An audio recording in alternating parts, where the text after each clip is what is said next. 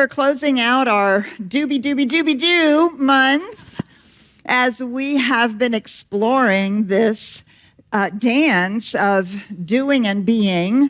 And so we've done some pretty theoretical things. We've talked about the nature of reality. We've explored paradoxes. And we've been making our way to, well, how do we dance in that song of life? What is this now for us? So how do we live it, be it, and embrace it in our own personal lives? And how do we sing that song that is ours to sing? Ours to sing. Right? We talked about how there's an absolute infinite reality. It has an impress. There's an infinite law that brings that all together. But ultimately, in our own personal lives and the ways in which we contribute is ours to write. It's our song that we are singing, choosing to sing, withholding, singing really quietly so nobody can hear it and having a judgment about it, or singing out loud, right, as beautiful Charlotte just sang to us that gorgeous song. So since we've been playing with doobie doobie doobie doo and we're singing now, right, we want to stop and take a moment to think about music itself. Those of you who are musicians, you will recognize this, right? This is a bit of music. All of you go, if you're not a musician or if you don't play an instrument, go back to, what was that, 4th grade, where you were first time in choir, the first time you were introduced to notes and things like that. Right, so when you think about a song and somebody's going to write a song or you're going to play a song on an instrument, all of these things are playing in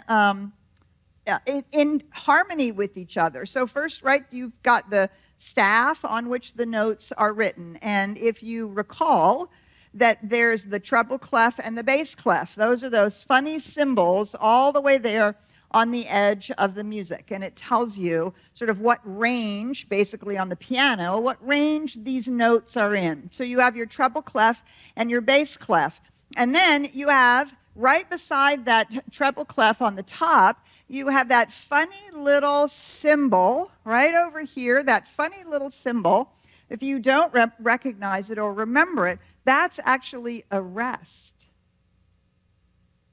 in a piece of music. That tells you at that moment there's not supposed to be sound coming from that particular part of the music. Sometimes that rest goes all the way through, and there's a moment of silence. Rests can have the same value as notes. They can be eighth note, eighth, quarter, half, or whole rests, which tells you how long that rest is. And of course, we have notes, right? So you see all those little black dots with their little lines on it. Those are notes, and they have different values. So you have a note with a little flag on it. It's a quarter, or it's an eighth, and then you have quarter notes and half notes. You have a whole note, which is a circle, and then you have a whole note, which is a circle with a dot behind it, which says sing it, hold that note until you don't feel like holding it anymore. Right? It's no particular beat to it. So the notes not only tell you what to sing, but they tell you the rhythm in which that is to be sung. But on top of that, so we have the clefs, we have the rests that tell us when there's sound and when there's not. We have the notes that give us the rhythm. And then we have dynamic markings. Dynamic markings, which also tells us whether it's being done softly, a little soft, medium soft, not so soft, and then all the way up to forte, which is loud. All of that. Oh, and then the last thing we have genre. Country western, R&B, reggae, pop, hip hop, rap, all of which gives us a whole nother framework for how this piece of music is to be played. And if some people love playing with it. They'll actually take one piece of music out of one genre and play it in an entirely different genre, give it an entirely different feel. Who cares, right? Like, wait, I didn't come this morning to be in music class. How many possible combinations do you think there are of all of these variables? An infinite number. An infinite number. And somebody decides to write it, and somebody decides to sing it, and somebody decides to play it. And they're all slightly different versions of one of the infinite ways that a piece of music can be written. Each one capturing a song of life. From Twinkle, Twinkle, Little Star to The Circle of Life to some ridiculously complicated classical piece of music. And everything in between.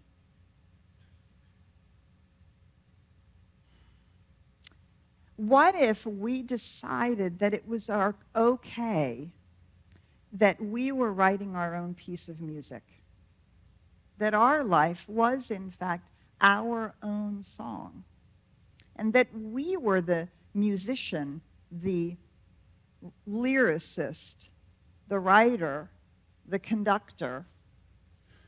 That we were picking the genre, and we were picking the dynamics, all of that. Because the truth is, we actually are doing that. One of the deepest paradoxes that we confront over and over and over and over again in spirituality is we are looking for the right answer. And we are looking for the path. Could somebody please tell me where it is? I'll go on it. And could you make sure, please tell me which is the right one. Tell me which is the right path. Assure me that it will be successful. Man, I'll give it all I got. And what is the universe asking? Which path do you pick? Which song do you want to sing? Which song do you want to write? And it requires all of these things, right? And if we think of our treble and bass clef, we talked about spirit human last week, if you will remember. We talked about spirit human. Are the notes that we're singing about in this particular piece of music, are we making sure we're writing notes on both staffs? Are we only playing on one? Or have we given ourselves permission? I'm going to spend a little time just playing on the spirit staff. Oh, now I'm going to go on vacation and I'm going to play on the human side of things. Sometimes it's very staccato and it's got a lot of notes and there's a lot of things we're doing because, by God, we've decided to move forward in our life in something. Or we've had a lot of stuff going on and it's just going on. And, you think about some of those really staccato pieces of music. Boom, boom, boom, boom, boom, boom, boom, boom, boom, boom, boom, boom. Could we have a rest in there somewhere, please? But part of what we get to remember is that we're writing the music. We're writing the music. So we pencil in a rest, or 2, or 3, or 5, because it's our piece. And I know for myself, sometimes I forget about the little rest notes because I have things to do, and I'm busy, and I'm manifesting, and I'm living the life of my dreams, and I am going for it all. Ooh, man. Okay, need a little rest again in there because the song has flow, ebb and flow and movement. Do you see? It's a lovely metaphor, I think, at this point in this moment of being and doing. If we can think of our being and doing, we've been using the metaphor dance, but dance is built on the music. And it is the way the music plays, the way that that informs the way the dance moves. So as we think about our life this way, we're thinking about this idea that in our piece of music, we have these two staffs, which are very similar to all those beautiful charts I showed you last week, right? The absolute and the relative, the human and the divine or spiritual aspects. And so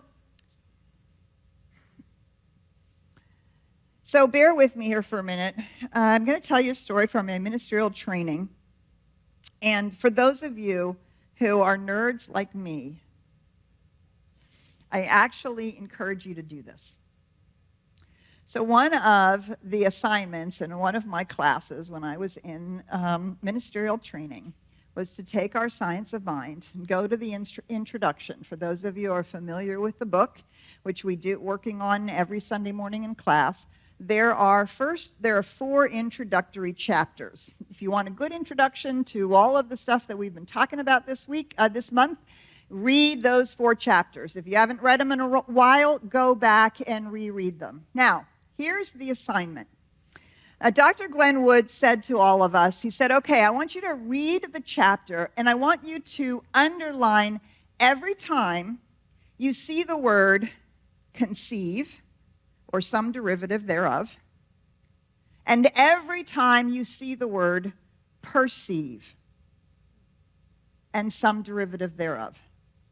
And we all kind of scratched our heads and said, okay, because it was an assignment, right? So we all went home, dutifully underlined all those words. Yeah. If you are a nerd like me, I want you to go do this with your Science of Mind book. So, conceive. What does it mean to conceive? Well, we certainly have the conceiving of a child, right?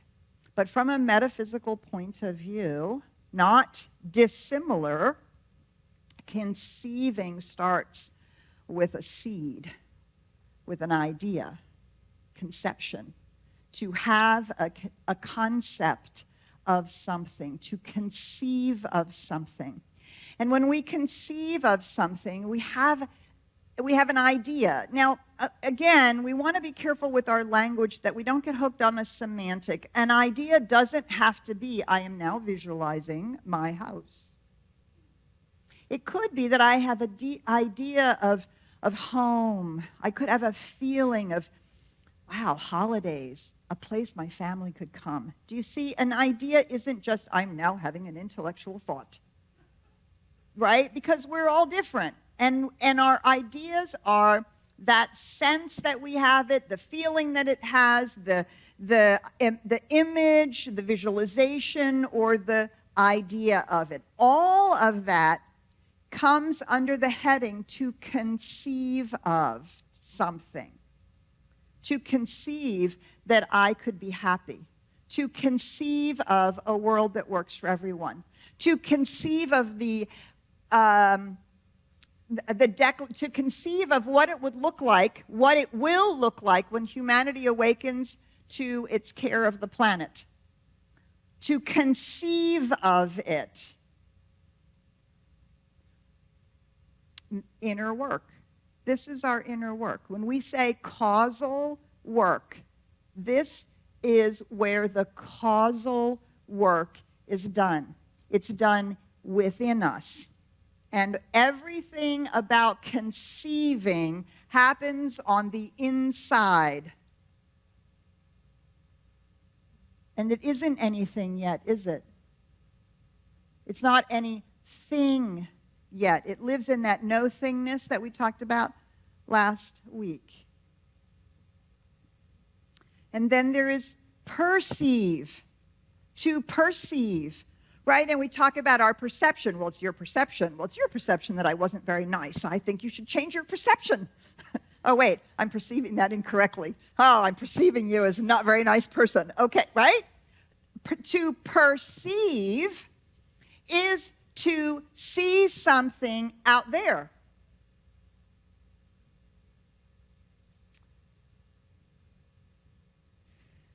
our spiritual work is this extraordinary dance between these two things. To conceive that every person we are looking at, to conceive that we're all one, to conceive that everybody is a part of that oneness, even those people I don't want to sit down to have lunch with, and even those people that I don't want to read about in the newspapers, and even those people, and even, oh yeah, there's a lot of people that I would like to conceive aren't part of. But my spirituality says we're all a part of the whole. I can conceive of one human family, and then I walk out into the world. And I wonder how I'm perceiving it. Do you see? Now, if I'm truly conceiving that every person that I see, every person is a part of that one human family, the more that I can conceive that and embody that conception, not just as it's a nice idea, but fully conceive of it as what we would call a mental equivalent, do you see, it becomes something that I perceive behind the veil of the things I don't like or the things I have judgment about. Do you see? Our job is to perceive the truth, not just conceive of it. Did I say that in a way that made sense to you? Our job is to perceive the truth, not just conceive of it. We cannot perceive the truth if we haven't done the work to conceive it.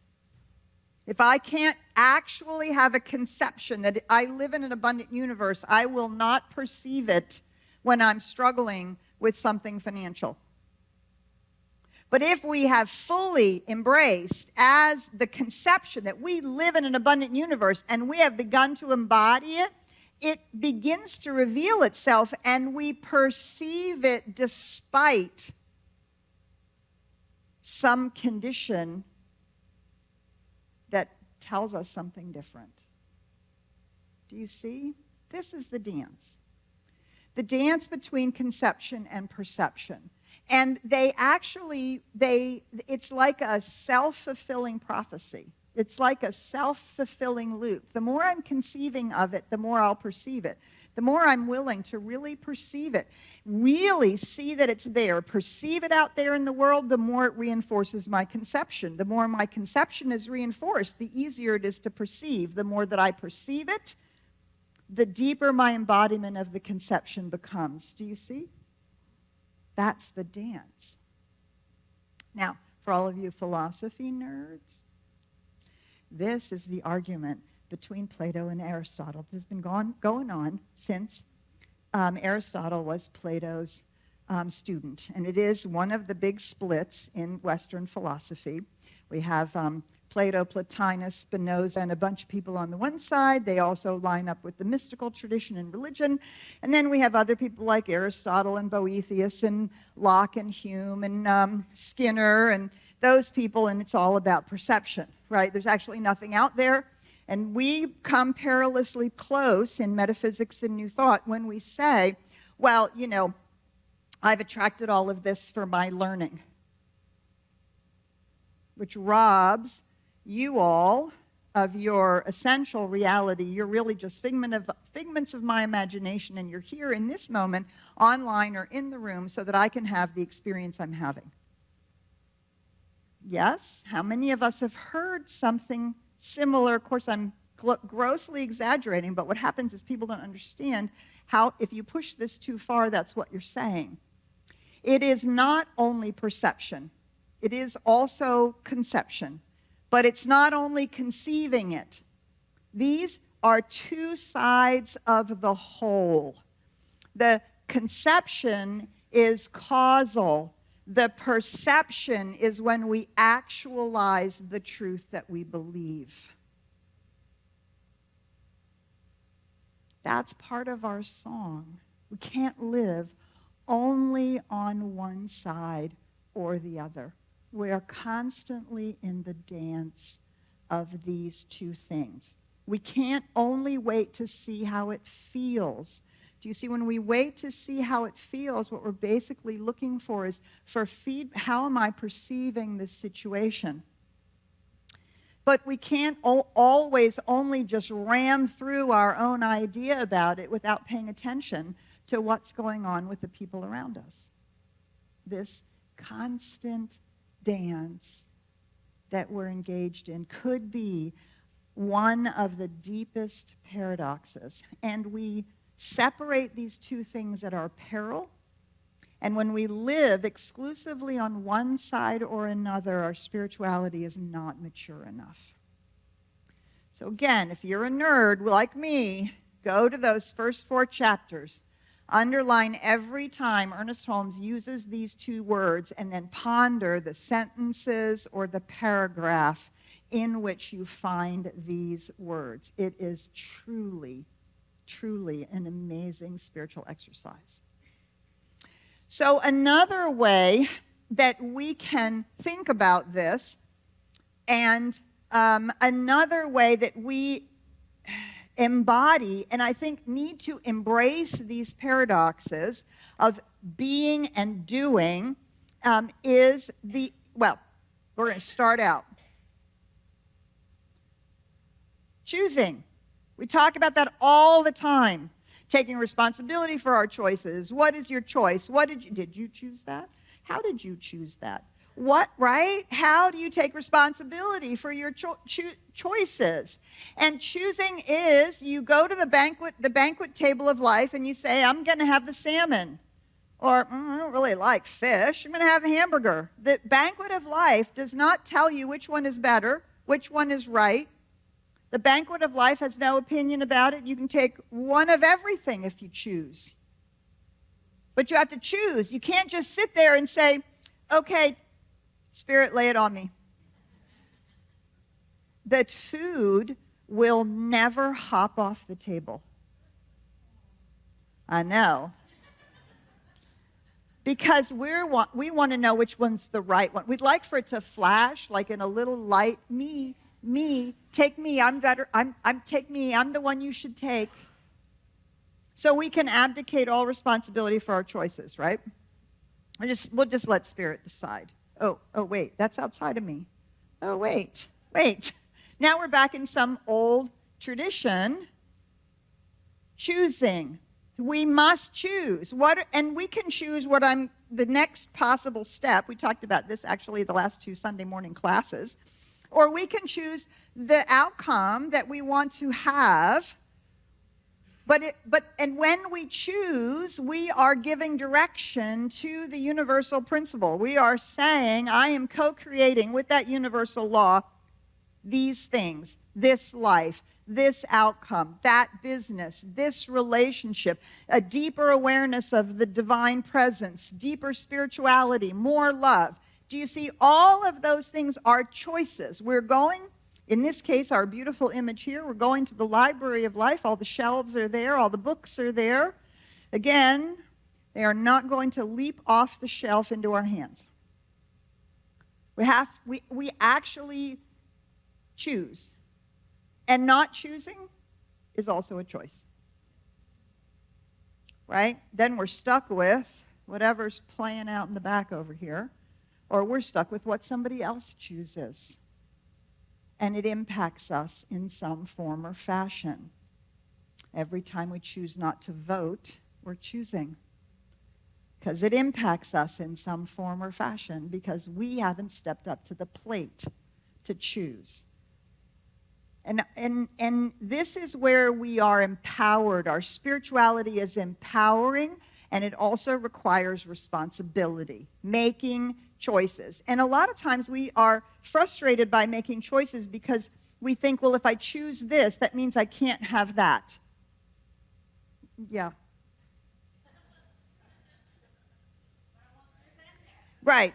And you can have this and that, but you can't have this and that and that and that and that and that, right? Just let's go back to our banquet. I'm going to have the salmon and the roast beef and the chocolate and the pudding and the vegetables, and I'm going to have the dessert, and I'm going to have the chocolate fondue, and I'm going to have the chicken, and oh, I really love shrimp. And then what?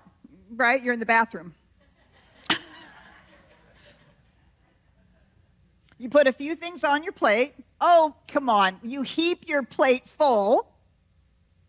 You eat what you like of it. And then if you're like me, you go, and then you go back and you choose those things you really liked. Right?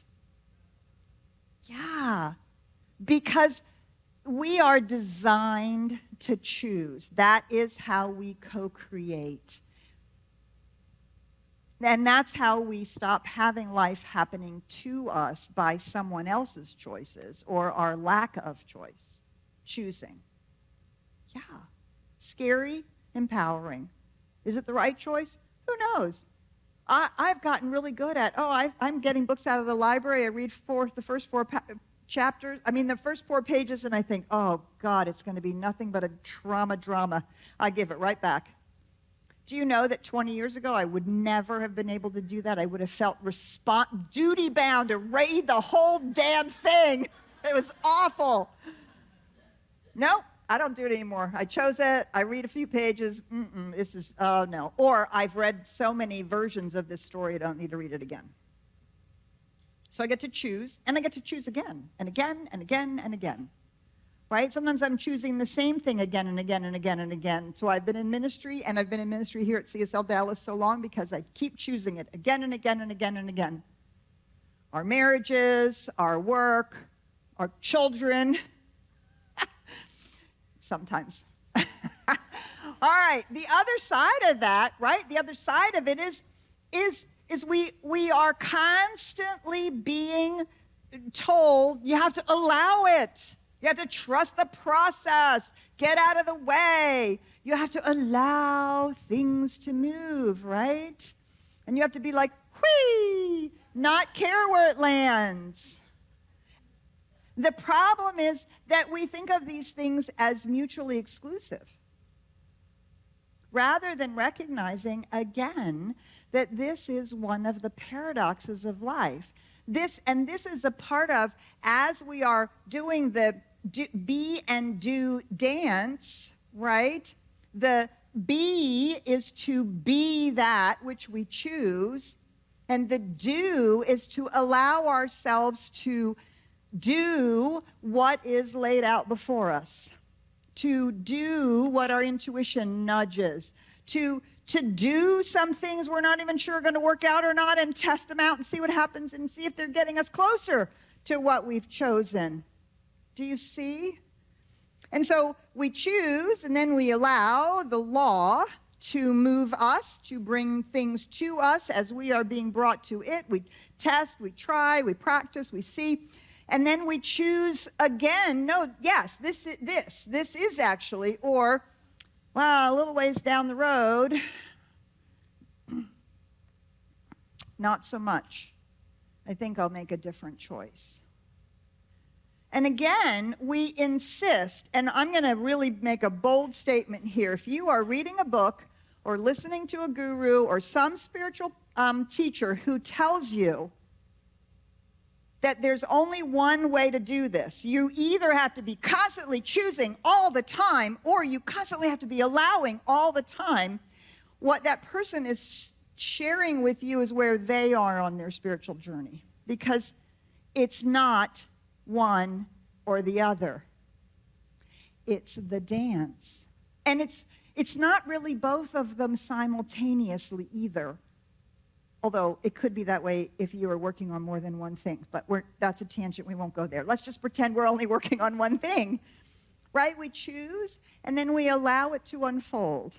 We allow the how to work from the law, and we keep allowing ourselves to be moved, and then we keep re-choosing. Yes, I'm choosing this again. Yes, I'm still choosing this, and I'm allowing. Yes, I'm still choosing, and I'm allowing. Or, wow, this isn't quite, no, I'm ending up someplace I didn't want. So I'm going to choose again, something maybe different, maybe slightly different. Maybe I have to choose not something outward, maybe not just choosing how to perceive it differently, maybe I have to choose a different idea, a different mental equivalent, a different mental image. Maybe I stop choosing to say what's not working about something, which seemed like what was needed. Tell the truth, be willing to, get the guts to say what it is and trust the process, that all that. But then if it doesn't quite, then I choose, well, maybe I'm going to perceive it differently. Do you see what I'm saying? Right? This is part of the dance of our lives, and we tend to want to live on one side or the other, always choosing or always allowing. And yet our life is made up of being and doing, be, do, be, do, be, do, be, do, be, do, as this beautiful dance. And the more that we can listen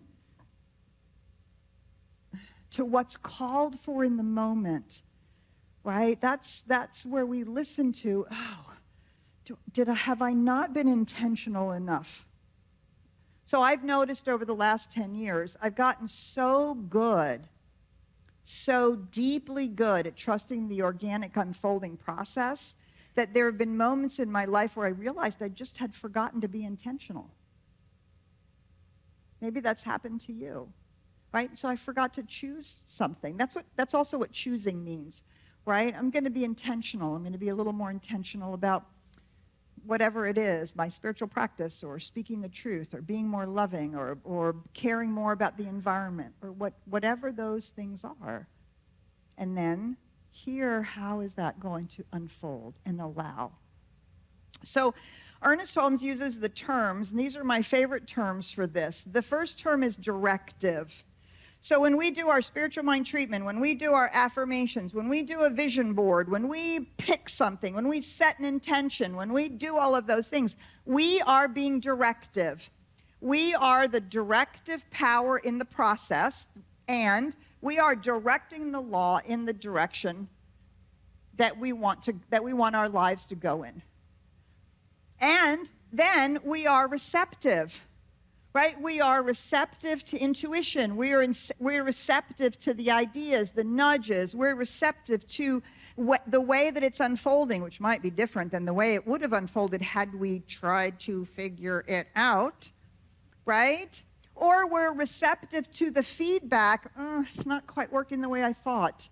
Am I going to stay with this course, or am I going to change it? And so the directive and receptive, we're receptive in visioning, we're receptive in meditation, we're receptive when we're doing when we're listening to our intuition, we're receptive when we're working with our journals and we're listening to our own thoughts, we're receptive when we're being self-aware. These are all the ways in which we are being receptive so that we can then be directive again. In the dance. In the dance.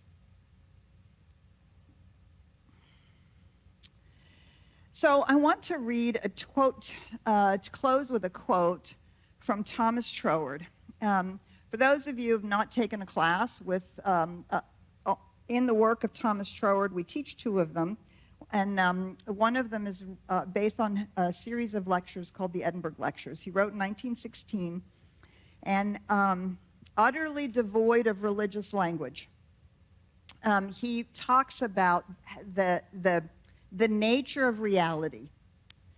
And in talking about this directive and receptive dance,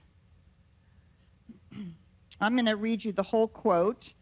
You can read along on the slides because it is a little bit long. And those of you who've read Troward, you know it's always long. The one who realizes that by the natural law of mind, we can bring the universal mind into perfect reciprocal action with our own, will, on the one hand, make it a source of infinite instruction,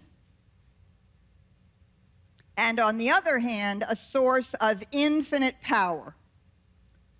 We will thus wisely alternate the personal and impersonal aspects respectively between our individual mind and the universal mind. So, when one is seeking for guidance or strength, I think this is the next one. When one is seeking for guidance or strength, We will regard our own mind as the impersonal element, which is to receive from the superior wisdom and force of the greater mind.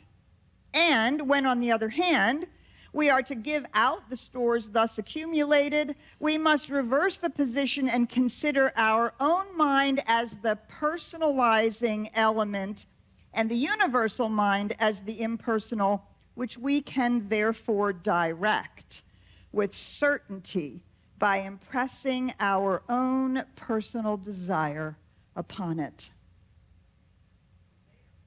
This is the ultimate dance.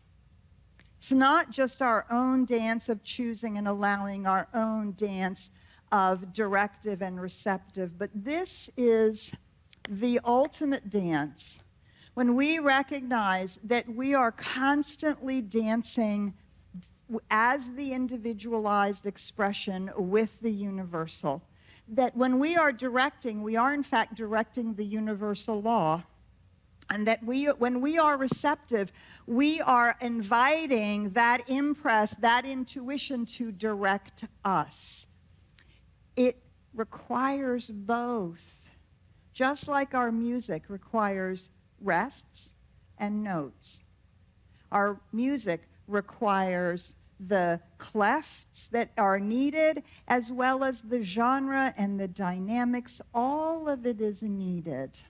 So we need to both be and do in a beautiful and joyous dance. And I think that makes an amazing song of life that each one of us is singing. So join the dance.